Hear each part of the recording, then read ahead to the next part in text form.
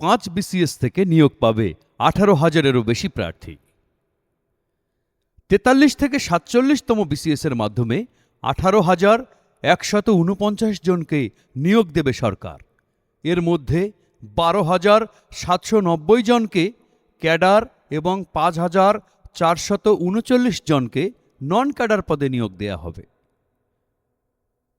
রোববার দুপুরে এক সংবাদ সম্মেলনে জনপ্রশাসন সচিব মোখলেসুর রহমান এ তথ্য জানান। তিনি জানান, 46তম বিসিএস থেকে সর্বোচ্চ 4,000-এরও বেশি নিয়োগ দেওয়া হবে। গেজেট প্রকাশের পর সমালোচনার কারণে 43তম বিসিএসের ফলাফল যাচাই বাছাই করছে পিএসসি। তাছাড়া 44তম বিসিএসের মৌখিক পরীক্ষা পুনরায় নেওয়া হবে। পাশাপাশি 45তম বিসিএসের লিখিত পরীক্ষার উত্তরপত্র পুনরায় তৃতীয় পরীক্ষক দিয়ে মূল্যায়ন করা হবে। এ সময় দ্রুতই 47তম বিসিএসের সার্কুলার প্রকাশ করা হবে বলেও জানান তিনি। তিনি আরও জানান, আদালতের রায় অনুযায়ী নতুন চাকরির ক্ষেত্রে কোটা বাস্তবায়ন করা হবে। উপসচিব থেকে যুগ্ম সচিব পদে প্রমোশনের ব্যবস্থা নেওয়া হচ্ছে। জেলা প্রশাসকদের ফিটলিস্ট নতুন করে তৈরি করা হবে।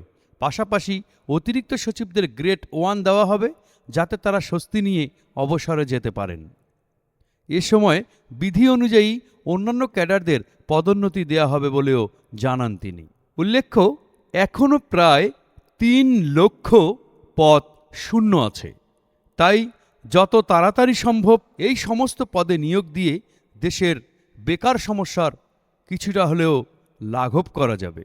আপনারা দেখছেন পিসিবি ভিউজ, প্রবাসীর চোখে বাংলাদেশ।